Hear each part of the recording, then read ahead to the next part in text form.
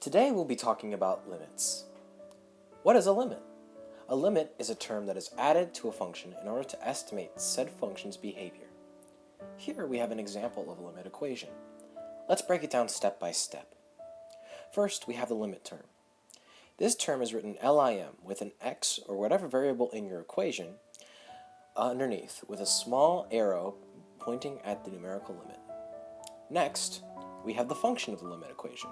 Here we have x squared minus 1 over x minus 1. Finally, we have the value of the limit equation, 2.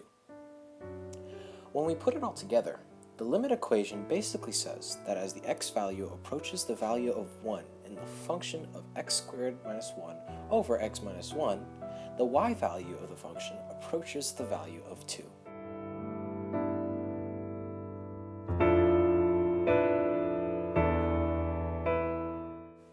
One of the ways to check that the limit exists is to check the movement of the graph from both sides, from both the positive side, the right, and the negative side, the left. If both approach 2, then the limit exists.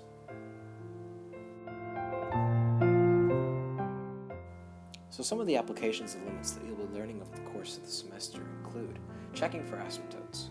If you do the graphical check that we talked about in the previous slides, and you find that the two values that you get from checking both the positive and the negative side don't match, then an asymptote is likely to exist there. You can also check the overall behavior of a function by setting the limit to infinity. You can basically see if it has a generally positive trend or a generally negative trend. It's a useful tool. And then finally, you can use limits to find the rate of change between 2 points, which is something that is going to be a big focus on in the rest of the semester. Thanks for watching!